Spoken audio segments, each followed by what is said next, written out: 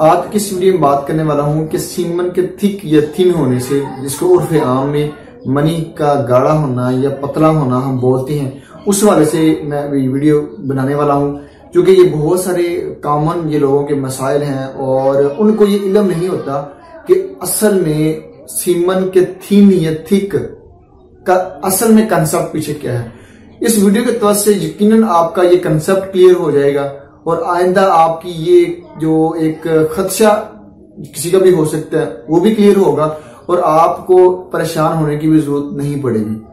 असल में जब ये पता ही नहीं कि सीमन का थिक होना क्या है और सीमन का थिन होना क्या है, यानी कि मनी का पतला होना क्या है और मनी का गाढ़ा होना क्या है, जब यही नहीं पता तो फिर आप क्या राय रखते हैं कि आपका जो सीमन है वो थिन है, हो चुका है, गर्मी हो चुकी हुई है, जिगर में गर्मी है, मसाने में गर्मी है।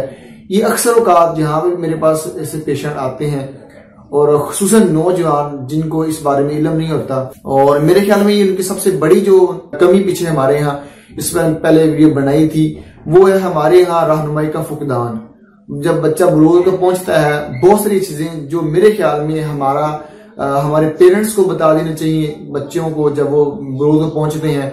और दूसरी चीज हमारे जो तालीमी इदारे हैं, जब बच्चा बुलूग को पहुंचता है तो उसको बहुत सारी चीजें होती हैं जो कि उसका नया एक्सपीरियंस होता है, और जब नया एक्सपीरियंस होता है तो उसको पता नहीं चलता, इल्म नहीं होता, और ना होने की वजह से बाज दफा वो बहुत सारी ऐसे पेशेंट भी मैंने देखे हैं वो कई साल तक मेडिकेशन करवाते हैं। और आपकी इत्तला के लिए अर्ज है, ना सिर्फ नौजवान तबका बल्कि जो इससे ज्यादा उम्र के लोग होते हैं, मैरिड जो लोग हैं, मैरिड पर्सन, उनको भी मैं इन मसलों में गिरा हुआ देखा है।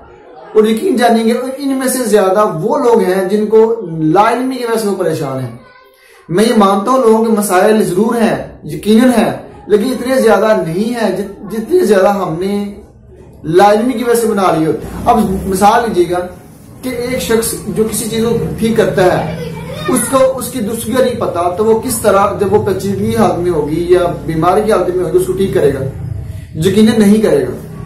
यानी कि फर्ज कीजिए कि एक मोटरसाइकिल जो है वो कोई मैकेनिक है, अब उसको जब उसकी दुरुस्ती का नहीं पता, अगर वो टायर सेट कर रहा है उसको दुरुस्त हालत का नहीं पता, तो बिगड़ी हालत को दुरुस्त हालत में कैसे कर लेगा? जब आपको इसका इल्म ही नहीं कि सीमन थिन है या थिक है, असल में जो सीमन है किस तरह का होता है उसका ही नहीं इल्म, तो फिर आप क्या तवक्को रखते हैं? आपकी क्या राय है इस बारे में? यकीनन आप थोड़ा गौर जब करेंगे आपको इस सवाल का जवाब जरूर मिलेगा। और बिल्कुल आसान है जो कि इस जो आप तक पहुंचा रहा हूं मैं, वो बिल्कुल आसान है जवाब जो मैं बताने वाला हूं।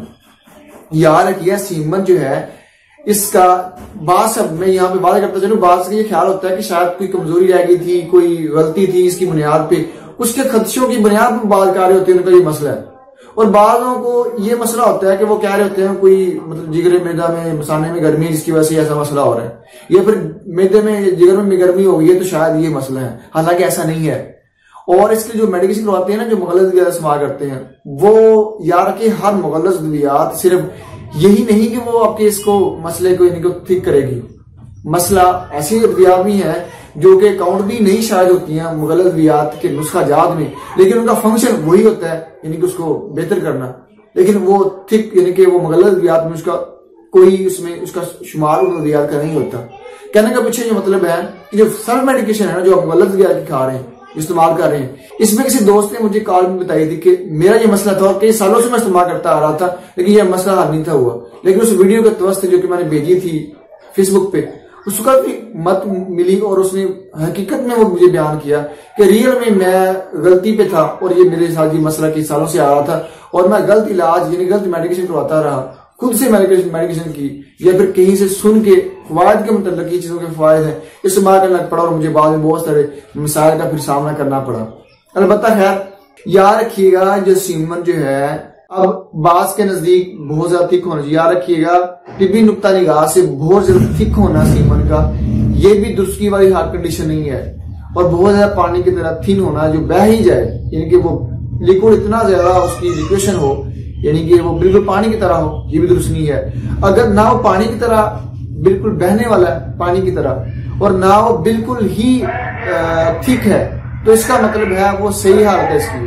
अगर आप फिर भी आपको डाउट हो तो फिर आप ये कर लें कि उसको पानी में उंडेल के कोशिश कर लें, क्योंकि पानी में उंडेलें अगर तो पानी में बह जाता है, फौरन ही गायब हो जाता है, तो फिर इसका मतलब है कि वो आपका सीमेंट जो है वो दुरुस्त नहीं है। और अगर वो बैठ जाता है फौरन तो फिर इसका मतलब है वो बिल्कुल दुरुस्त है। एक और बात इसका आपको ख्याल रखना इंतहाई जरूरी है कि सीमेंट अंजाल के फौरन बाद पहले वो थिक होता है, फिर आहिस्ता आहिस्ता आहिस्ता थिन होता चला जाता है।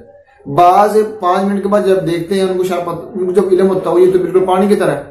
याद रखिएगा कुछ वक्त के बाद जो सीमन में स्पर्म होते हैं उनकी हरकत आहिस्ता आहिस्ता कम होती चली जाती है। उसमें चूंकि माहौल का और टेम्परेचर का बहुत ज्यादा उस पर रोल प्ले होता है और वो आहिस्ता आहिस्ता सफेदी से यानी कि डार्क जो दूधिया कलर की सफेदी होती है उससे पानी की तरह का होता चला जाता है आहिस्ता आहिस्ता कुछ मिनट के बाद, लेकिन फौरन से नहीं होता।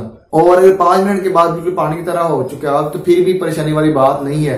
लेकिन फौरन अंजाल के उसी दौरान अगर आप देखते हैं तो दूधिया रंग में है या फिर उससे करीब करीब कह लें कि है वो बिल्कुल दुरुस्त है, जिसमें आपको परेशानी वाली जरूरत नहीं है। अगर फिर भी किसी को ये डाउट हो कि नहीं मुझे भी मसला हो सकता है तो फिर इसके लिए एक टेस्ट होता है जिसको सीमेंट एनालिसिस टेस्ट या फिर सीमेंट टेस्ट के नाम से हम जानते हैं।